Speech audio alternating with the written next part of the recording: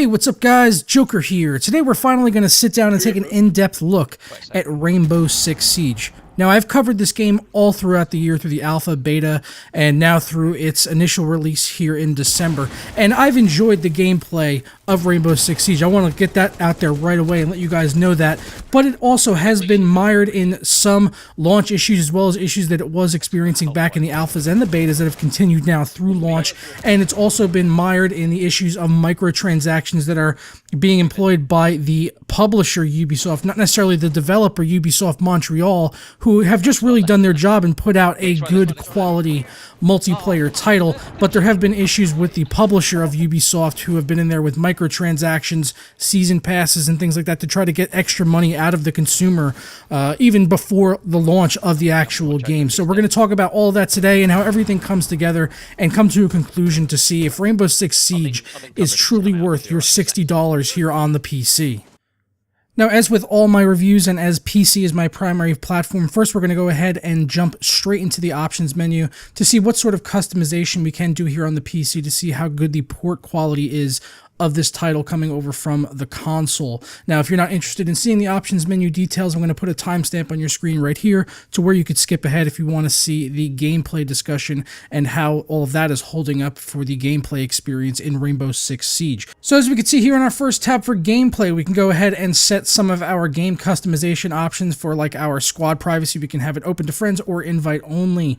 We could also set matchmaking preferences. So if you have a specific mode you like to play, you can toggle the other ones off and increase your likelihood that it's going to at least put the other modes at priority when it is searching. And you could also do that for the maps as well, your map preference, if you want to see that. Very good options to see there. For the HUD preferences, we can completely customize the HUD and turn elements on or off as we want to use it, as well as there are a few different presets, minimal, custom, or normal, that you can go ahead and toggle between or change all of the different individual elements. This is really, really good to see. And they also have a ping in here, ping option in here if you want to send or receive ping from your teammates. Coming into audio, we can adjust our spoken language. They have English and English. I'm assuming if you have like a European copy, they'll probably have more languages, but in here you can see for menu and subtitle languages, they actually have quite a few options. English, French, just run through them all right there if you want to see them, but obviously I am playing on English. You can turn subtitles on or off if you want to, and we also have our sliders here for master music as well as dialogue, and for dynamic range we can set hi-fi, TV, or night mode. I didn't see anything in here for surround sound setup or headphones, so it would have been nice to have seen those, but we do have a couple of options that are nice to see. Voice chat volume, I have this all the way down at 0, and I have it set to push to talk. There are options in here for all of this stuff, which is good to see, but unfortunately there's actually a bug with the game right now. It seems when you get into a party with people, it'll actually put your mic on open mic no matter what, and you'll have to either toggle it on and off in the menus or hit your push to talk button in the game to actually get it to turn off. It can be quite annoying, especially if you're on TeamSpeak and you're hearing your party members in game as well as on TeamSpeak at the same time, especially when you want to be using TeamSpeak as your primary mode of discussion between your teammates when you're strategizing and things like that. Coming into our display options, you can toggle between different displays if you want. If you have multiple displays hooked up, that's really nice to see. For our resolution, obviously it does have support up to 4K, also supports ultra wide if you do want to go ahead and run it at ultra wide resolution. Display mode, we have full screen, windowed, and borderless full screen, all of your options there. Refresh rate all the way up to 144 Hertz, which is what I'm currently running on. Aspect ratio, you can change this if you want right here in the menus. Got all the way up to 21:9 support. So like I said, ultra wide support, native, built right into the game. Really, really good to see, as well as 4K support for that matter, and 19:10. So all of your standard aspect ratios that you would like to see in here, nothing missing that I can see. VSync on, off, or you can set it to 2 frame, which would basically cut it down to half of your monitor's native refresh rate if you wanted to run that. You could also run widescreen letterbox if you want to, and we do have an FOV slider which goes down to 60 and only up to 90, so it is a bit limited there. That's something I would have liked to have seen gone up to like 110, 120. Would have been really good to see. 90 is really kind of where I usually like to be, but in a game like this, I might actually turn that up a little bit more if they allowed us to, and it goes down to 60. I'd like to see that also go lower as well. So I've seen some games where it goes down to as low as 45, so I'd like to see a bit more range on the FOV slider, and also clarification on whether or not that's vertical. Oh, it's sorry, it does say there's tooltip here. It's the vertical field of view, so good that they did provide that there in the tooltips. Coming over to our graphics options, there is quite a bit of customization you can do here. So scalability is definitely could be a concern if you're running on lower spec hardware. Turning off things like the NVIDIA GameWorks features like the HBAO Plus is definitely going to help you out in getting a boost in performance. I personally don't even know why that was on, because I had been running that off, because it does give a pretty decent hit in as far as frame rate is concerned. In here, though, we can customize our texture quality, texture filtering, which we got our anisotropic slider, which goes up to 16 times. Very good to see that. I have seen some games where it's like low, medium, high, and it's like, well, I don't know exactly what that range is. So I like to see that they have the multiplier here, the good old faithful multiplier for anisotropic filtering. We also have our level of detail, shading quality, shadow quality, reflection quality, ambient occlusion, which does go to HBAO Plus, which is NVIDIA GameWorks technology, so it is going to give you a decent impact on your frames, so be aware of that if you're trying to turn that up. I do have lens effects actually turned off, and that's really just from a competitive standpoint. I just don't want to have like lens flares, like J.J. Abrams camera effects, like in my eyes when I'm trying to see and trying to be competitive. I don't really want those extra effects there, so that's why I've opted to turn that off. And it's the same thing for zoom in depth of field. While it can be a nice sort of cinematic effect, I want to see as much of the area around my weapon as possible. I don't want that to be blurred out when I'm trying to spot enemies at the corner of my eye when I am aiming down sights. For post-process anti-aliasing, they do also have temporal anti-aliasing if you want to use that, but I found that sort of blurred out some of the texture. So I've been running FXAA, which is not ideal, but it was better than the TAA in my personal opinion. And then multi-sample anti-aliasing. This is another really taxing one. The MSAA ones are all really big impact on performance, and then the NVIDIA TXAA ones are also a big impact and look worse, in my opinion, than just running this straight off. And then temporal filtering also didn't like that either. I saw some flickering with that on SLI, and the MSAA was a massive hit. TXAA blurred out the textures, so I've chose to just run these all off with FXAA, and at 1440p I'm not having any issues as far as jagged edges are concerned, anything like that, and I'm not having the negative effects of getting the blurred out textures like I would with using NVIDIA's TXAA, which I'm not a big fan of. I'd love to see something like SMAA built into this game, but I'll take what we got right here. The game runs really well for me on these settings, and you can, like I said, you can really scale down these settings based on your hardware. So if you're running, a lower spec card, you could definitely turn some of these settings down.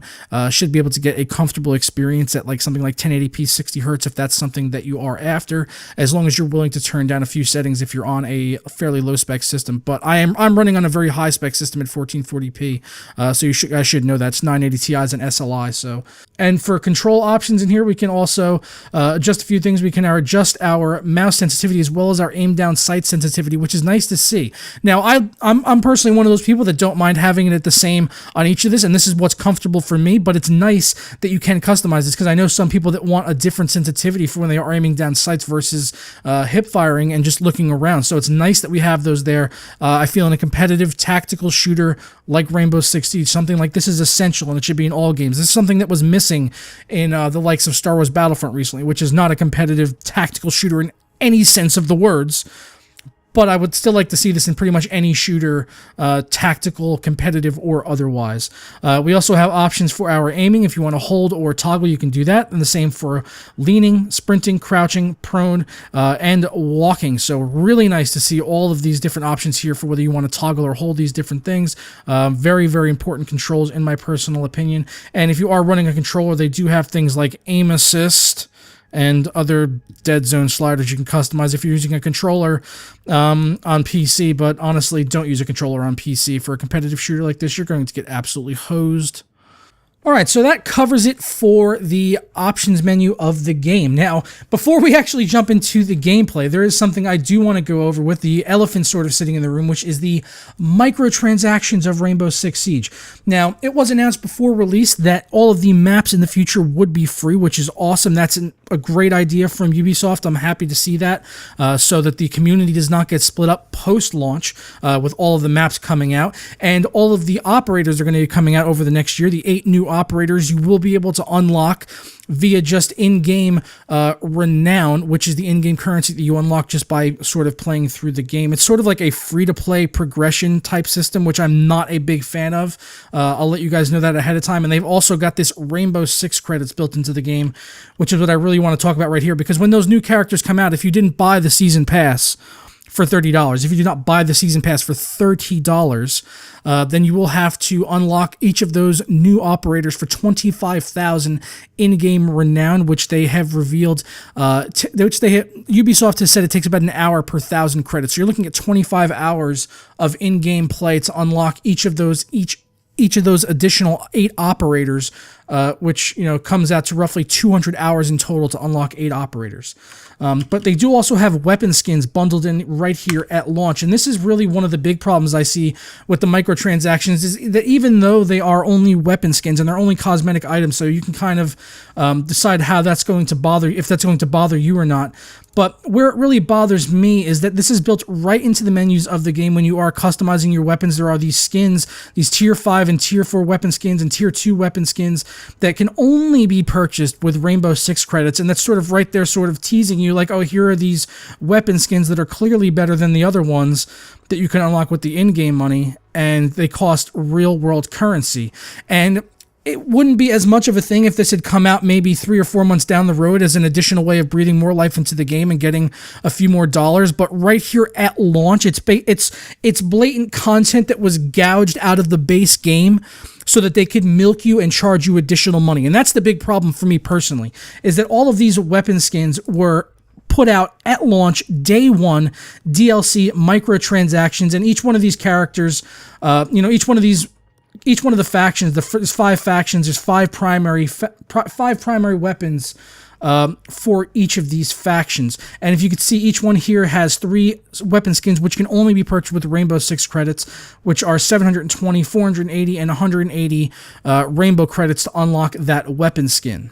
So I wanted to go through and add all of these up and try to figure out, as far as at least day one DLC is concerned, before we even factor in operators for the future, what this would all add up to if you were to buy all of the primary weapons skins and all of the secondary weapon skins. There's 2 secondary weapons for each faction, each one which also has 3 of its own additional primary skins. And if you get like this engraved weapon skin, even though it's available on multiple weapons, you don't get it for all of the weapons. If you buy the engraved P226 weapon skin, that's all you get, is the engraved P226 weapon skin for this specific gun. That's it. So if we were to add up all of the ones that are only purchasable through Rainbow Six credits, for the primary weapons, it came to a total of 34,500 Rainbow credits, and for the secondaries added up, it was a total of 11,350 Rainbow credits, for a combined total of 45,850. So what does that basically come down to? Well, if you wanted to buy in-game Rainbow Six credits, you can see that their best value pack is 6,000 Rainbow Six credit, which is $50 fucking dollars. $50 fucking dollars. So in order to get 45,000, you would need like 8 of those. So 8 times 6 would be 48,000. That would give you just enough. That would give you enough, and you'd have a little bit left over. So 8 times 5, you do the math. That's $400. $400 of day one gouged out content to milk you for additional weapon skins. Now, yes, they are only weapon skins. They are only cosmetic items. But that's day one items. There's no reason those couldn't have been in the base game. They've just pulled them out so that they can milk you for extra money, and they put it right into the menus when you're customizing your operators. When you're going to unlock skins for your operator and you're customizing their weapon loadout, there are those skins staring you right in the face that you can only purchase for real hard currency that you have no way of unlocking via in-game playing whatsoever.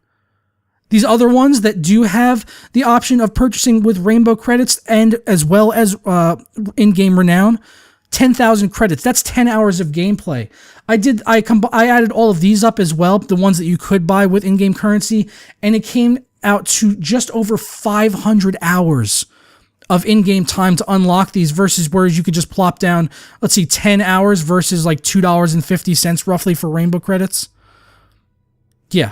It's bullshit what they've done here. Ubisoft, the publishers, as far as the microtransactions built into this game, it's absolutely ridiculous. But it doesn't hold back the gameplay of Rainbow Six Siege from actually being really good. But I want to touch on all our bases here, because I know that something like this does bother a lot of people. But they are still giving us the maps for free. They are putting in the new operators, which you'll be able to unlock over the course of about 25 hours per operator, according to them. And I believe they're going to be releasing 2 operators at a time over the course of the next year. Or you can buy the season pass for $30, or you can pay Rainbow credits. So it's really kind of shitty what they've done with the microtransactions here. It's quite unfortunate.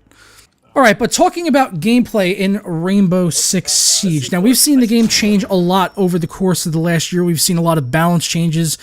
Things like that have come down the pipe over the course of the last year. Specifically, the shields, I would say, is one of the big standouts. I know in the previous betas and alphas, there was a lot of complaints about the shields being completely overpowered because paired up with one of the pistols, you could basically snipe people from across the map, hip firing. I'm happy to say that they have done a lot of tweaks of that over the course of the most recent beta, which was just prior to launch, and they have got it down pretty well, I would say, on the shield. I'd say it's about as well as could be expected now, where it's really quite inaccurate if you are trying to fire a pistol from around the shield. You really have to sort of go iron sights, which then exposes you quite a bit at the top and bottom of the shield. So I feel like they've done a really good job taking feedback from the community as far as weapon balances were concerned and tweaking those sort of things with the shield specifically in mind, because that was one of the biggest standouts that we saw across the beta on the forums, where people were talking about the shield balancing in Rainbow Six Siege. As far as the other weapon balancing is concerned, I'm happy to say that I'm really pleased. I mean, there are 10 attackers and 10 defenders on each side, each with their own specific traits and limited weapon selection, which may bother some people as far as a progression system is concerned, because you could pretty much just get your 1 or 2 operators that maybe you want to run all the time, and you could have all of their unlocks in the course of just a day if you're only planning on running those 2 operators. Yes, you're going to have, more over time if you just choose to unlock all of the operators, but for me, I know, like, on the attackers and defenders, I really only run like 1 or 2 people on a consistent basis because I just have my playstyle. But that's really, you're really going to find your playstyle. You're going to find your operators that work best for you, and you're probably going to get comfortable in that and just run those people all the time. But thankfully, the balance has actually worked out quite well as far as the way the different classes interact with each other, with the attackers or defenders, and it definitely brings in an interesting dynamic on a round-by-round basis, because even if you're playing like the same objective over and over again, on similar maps and similar layouts, but it's going to change on a map-by-map basis, because the defenders, I've been in situations where it's been kind of bugged and we were at the same defensive position for the entire match. It was just like basement, basement, basement. And it didn't matter, because every single time we defended that basement, it was different, because we put up our defenses in different positions. We tried out different ways of working that scenario to see how it would benefit us, and they would also bring different attackers, so it would change how they would have to attack the situation. For instance, if they were not to bring someone like Thermite who can blast through reinforced walls, they would definitely have to attack it differently. Or if we were to take down maybe they're only their characters that had breaching charges early on, then they would have to figure out alternate ways of getting into our base, and then our preparation before the match started would greatly affect on whether or not they were actually even able to get into the objective room at the end of all of it, and then the attackers that they chose to bring would affect that as well. So that's why, with even though the game has 10 maps at launch that have a great variety, in my personal opinion, that's really, it's even given more variety by the different ways that it's set up, because of the sort of procedural destruction that goes on over the course of the map, but also the procedural preparation before the match actually begins with the defenders, the way that they can change the area that they are defending by the way that they choose to sort of set up that scenario. And that's what keeps each round and each game fresh, which is why I've put so much time into Rainbow Six Siege, and I'm still finding it fresh to this day. No match is really ever the same. Every round, even within a match, is really its own set thing, which is why I think I'm enjoying Rainbow Six Siege so much compared to other games, where I would feel, something like in Battlefield, I was starting to get fatigued in titles like Battlefield and Call of Duty, because every match just sort of felt the same. But with Rainbow Six Siege, I'm not really feeling that, because every round is so different than the last.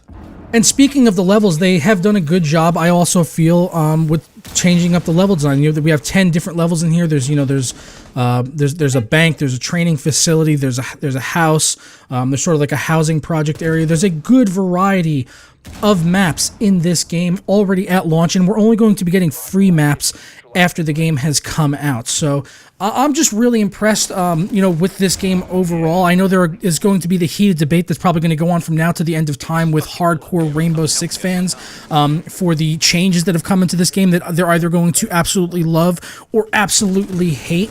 I could definitely see that from the hardcore Rainbow Six crowd, but from just someone that's sort of casually played Rainbow Six games over the year and is just coming to this with a set of fresh eyes and judging it based on its own merits and whether or not I think it's a good game, which will last over a long stretch of time, I'm pretty confident that it is. I think they have enough here. They've got a really solid base, despite maybe some matchmaking issues, which have been getting better every day, really, with the large groups. I think it's getting better every day. So I think over time, as this game continues to grow and more maps and more operators come in, it's going to be really interesting to see. And hopefully the community continues to grow even more around this title. At launch, you were able to pick up this game about $30 on websites like CD Keys and G2A, Kinguin, but that price has actually slowly started to come up, and I think that's because of the demand within the community. When we see these community trading websites like G2A, prices tend to go up on better titles because it's sort of it's a more sought after item as more people are actually wanting to buy it, and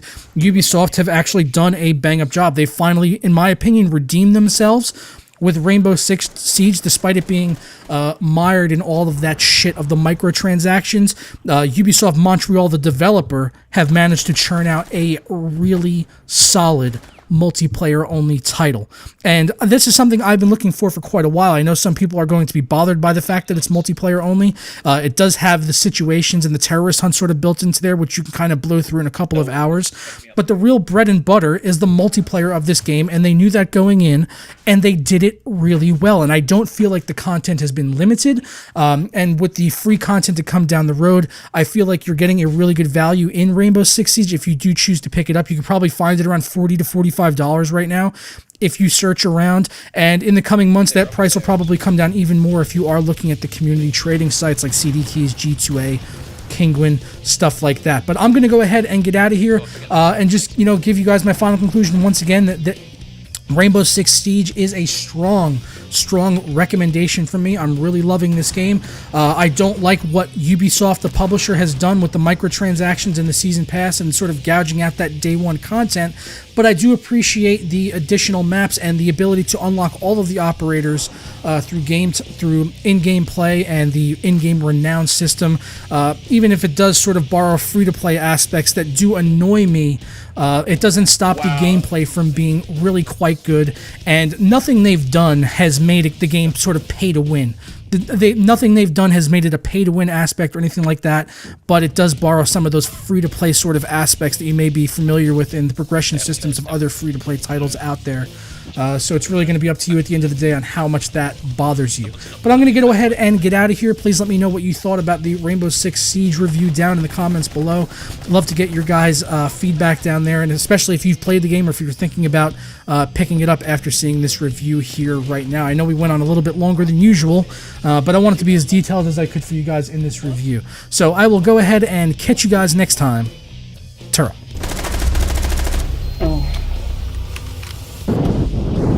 Well done. You actually did something. Alright.